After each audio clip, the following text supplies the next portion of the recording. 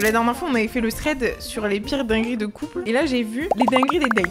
Alors, pour ma part, j'ai eu la chance de ne pas vivre de date gênant. Là, je suis en train de réfléchir, mais en vrai, je sais pas vous, moi perso, ça va. Et j'aime me nourrir des mauvaises expériences des autres. Mais là, j'ai vu des folies. J'avais 18 ans et je faisais 65 kilos. C'était après un date au McDo. Donc, il me dit, j'aime pas les grosses. Mais tiens, prends le snap de mon pote. Lui, il aime bien les grosses noires. Est-ce que ça vous met dans l'ambiance déjà pour la suite? Classique.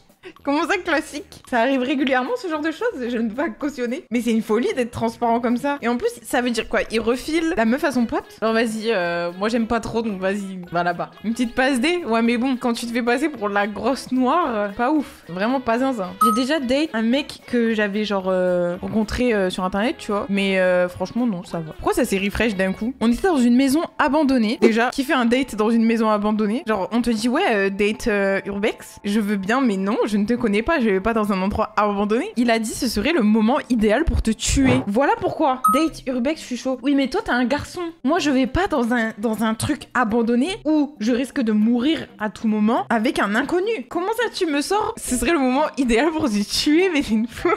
Non, non, non. Non, ça fait trop peur. Il m'a emmené sur son bloc et m'a dit, je cite, reste dans la voiture, je reste un peu avec mes potes. Je ne les ai pas vus depuis que je suis sortie de prison. Il a allumé la clim et m'a laissé là pendant 3 heures. Ouais, écoute, il y a beaucoup de red flags dans cette phrase. Là aussi, courir. Non, lui, là, il faut fuir. Il faut fuir. Comment ça, on te laisse dans la voiture comme je ne sais quoi, là? Moi, j'avais une crush en 5e. J'étais à fond sur elle. Et un jour, elle m'était tombée dessus. Elle a tapé son meilleur P sur ma tête. Mais c'est pas un date, ça. C'est une anecdote. Je me raconte et personne ne voulait savoir. Elle s'est raclée la gorge puis a craché par terre. En Corée, c'est quelque chose de normal, par exemple. Mais bon, c'est une folie de faire ça. La street poteau. Elle m'a fixé dans les yeux et m'a sorti. D'habitude, je sors avec des meufs belles, des mannequins, quoi. Non, mais je veux bien qu'on soit honnête, qu'on soit transparent, qu'on ait envie de dire les choses. Mais ce genre de propos, on le dit pas, je trouve. Franchement, c'est le genre de choses, tu le gardes pour toi. Tu dis rien, en fait. Je sais pas, ça se fait pas. Tu poursuis pas la relation, quoi. Si tu la trouves moche. Ah, c'est juste méchant. Elle est venue chez moi avec son linge sale pour profiter de ma machine à laver. Deuxième et dernier date, bien sûr. Écoutez, y a pas de petites économies. Si on peut économiser un petit peu à la machine à laver, rien ne sera pire que le jour où on m'a ramené à la morgue. Non mais faut arrêter de... Qu'est-ce que c'est que ça? On était dans le parc des Lilas un soir, ça se passait très bien. À la fin du date, on a décidé de remonter le parc, on marche, et tout d'un coup, il a baissé son pantalon, il m'a montré son cul. Mais je ne peux pas concevoir, c'est pas possible. Genre comme ça, random, hop les fesses. C'est du troll, c'est pas possible. Mais en fait, même si on se dit que c'est du troll, forcément ça arrivait un jour à quelqu'un. Tu sais comment les gens sont bizarres. C'est sûr, c'est sûr, c'est sûr. Pourquoi pas? Mais on met pas ses fesses dans la rue comme ça, là. Il m'a demandé comment je voulais mourir. Non mais... à l'aide. Mais qu'est-ce que c'est que ça? Attendez, là, c'est une folie ce que je viens de lire. Il y avait Joséphine Ange Gardien à la télé. Pendant qu'il me prenait en leu-leu, à chaque claquement de doigts, il mettait un doigt. Technique celle-là. Non, mais c'est pas possible. C'est pas possible. Ah non, mais à l'aide. À l'aide. Il demande l'addition, il sort pas sa carte. Du coup, je paye. Parce que je m'en fous. Après, je vois sur mon tel, il m'a fait un Lydia. Il me dit, ah, c'était pour voir si t'étais de michto. Pour un coca et un café. Si vous voulez faire vos tests comme ça, faites pas avec 4,50 € genre. Vas-y, encore des prouveurs là. Voilà, c'est un prouveur. C'est un prouveur. Non, c'est bon. On était au cinéma. Ça faisait quelques jours qu'on était ensemble. J'ai mis ma main sur sa cuisse. Le frérot est parti en courant aux toilettes. Au bout de 5 minutes, il est revenu avec une tache sur son pantalon. Le pauvre, en vrai. Moi, ça me fait de la peine. Elle a pleuré quand on lui a dit qu'il n'y avait pas le burger qu'elle voulait. Alors ça, personnellement, je trouve pas ça gênant parce que ça pourrait m'arriver. Voilà. Au bout du 3e date, il se met à genoux dans le RERB pour me demander d'être sa copine. Il y a des manières mignonnes hein, de demander d'être en couple, genre. Il n'y a pas à faire une fausse demande en mariage dans le RERB. Non, c'est pas mignon. C'est pas mignon. On était déjà en couple, elle m'a sorti droit dans les yeux. J'ai trompé toutes mes ex avec la même personne, mais mon meilleur ami m'a dit celle-ci ne la trompe pas. Ah bah alors s'il a dit, ça met bien en confiance. Je vais vous raconter un truc. J'ai déjà fait quelques dates, oui, il faut bien vivre. Je prends mon portefeuille, je n'abuse pas dans ce que je vais manger, mais genre, il y a beaucoup de chances pour que on me paye mon repas. Parce que bah, c'est le date, le mec il m'invite, voilà, il veut me payer mon repas pour me faire plaisir. Vas-y, paye mon ref. Mais je vais pas manger la moitié de la carte. Genre juste déjà, le fait que je sais qu'il va me payer à manger, ça me gêne un peu, tu vois. Donc j'abuse pas. Et je prends mon portefeuille. Ah, c'est un move de pique-me que je suis en train de faire là. Pardon. Il y a des meufs, elles viennent sans leurs affaires. Et elles disent, bon ben j'ai pas mon portefeuille, tu vas me payer. Y a pas à réclamer surtout de cette manière. Mais oui, en plus, moi ce que j'aime trop faire, c'est je l'envoie payer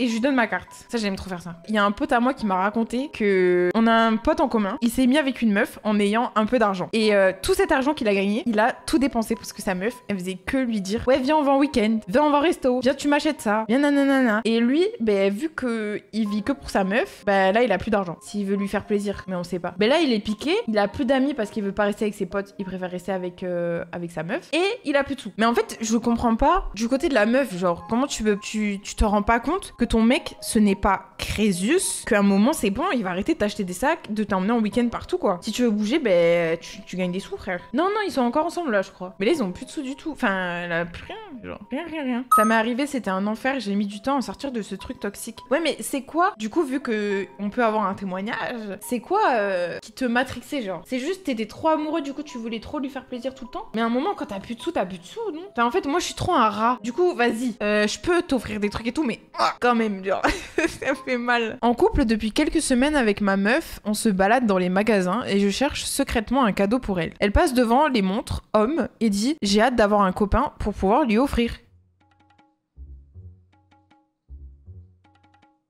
Comment ça, mon ref? Ouais, on se met ensemble en tant que amis, je sais pas. Surtout depuis quelques semaines. Force à lui, en tout cas. On a croisé son ex et il a commencé à pleurer. Je l'ai consolé. Donc je rappelle qu'ils étaient en date. Hein. Après, en vrai, c'est triste parce qu'il y a des hommes et des femmes qui n'arrivent pas à passer au-dessus des relations passées et qui, justement, essayent de date des meufs, etc. Ou même de se remettre en couple en pensant que c'est parti, mais au final... Mais bon, c'est pas le bon timing pour croiser son ex. Genre vraiment pas. Il m'a donné un faux prénom plus âge, ramené chez lui en me disant qu'on était solo. Le lendemain, son père l'a réveillé pour aller au lycée. J'ai pris le petit déjeuner en tête-à-tête avec sa famille et appris son vrai prénom au passage. Non mais attends. En plus, ça se trouve... Ah non mais là, ça va pas. Ça va pas. Comment ça, tu dates un mec et après t'apprends il est au lycée? Le lendemain, il a cours de maths. Ça va pas, c'est pas possible. Je pense qu'il voulait juste choper une meuf un petit peu plus âgée. Je vais rien dire. Elle m'a craché dans la bouche. Contexte pas du tout sexuel, on était juste assis. C'était il y a plus d'1 an, je suis encore sous le choc, j'ai failli dégueuler. J'ai même pas envie de parler dessus,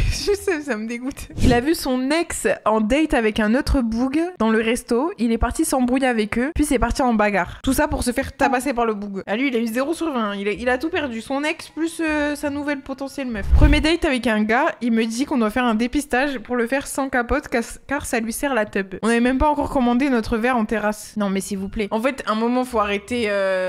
Soit il y a un problème dans la communication, soit il a vraiment un problème, genre. Elle m'a sorti au bout de 2 heures qu'elle attendait juste une chose, c'était, je cite, que tu me déglingues avec ton corps de lâche. Après là, c'est pas une dinguerie, je pense que c'est un problème de communication. Toi, tu voulais peut-être boire un peu le café avec elle voulait pas boire le café, concrètement. Le mec m'a expliqué au calme à quel point il était un fantasme pour beaucoup de mecs car il faisait hétéro. Ok, le prouveur. Et vraiment, les gens qui prouvent là, c'est trop. Hein. Je l'ai accompagné bicrave. Non mais qu'est-ce que c'est que ça? Faut trouver des autres moments pour se capter quoi. C'est pas vraiment un date, mais je rencontre par hasard en boîte un mec à qui je parlais sur Tinder. On se parle, on s'embrasse et d'un coup il me dit vas-y baisse-toi, viens là s'il te plaît, il y a ma meuf dans la boîte. Il y a vraiment plein de gens en couple sur Tinder. Mais pourquoi ils font ça, ces gens? Surtout sur Tinder, genre, il y a forcément un pote de ta meuf qui va te retrouver, non? 2 personnes sur 3. Mais c'est un truc de ouf. Attends, là, il y a un dernier, là. J'arrive chez lui, je me dis, tiens, je connais cet immeuble. On monte les escaliers, tiens, je connais cet étage. On arrive devant sa porte et là, je me rends compte que j'avais date son mec la semaine d'avant chez eux. Ils se faisaient cocu l'un l'autre avec moi. Mais alors là... Qu'est-ce qu'on fait dans cette situation? Non mais là, ça va pas du tout, là. Non. Écoutez, je pense que... on a vu quelques dingueries.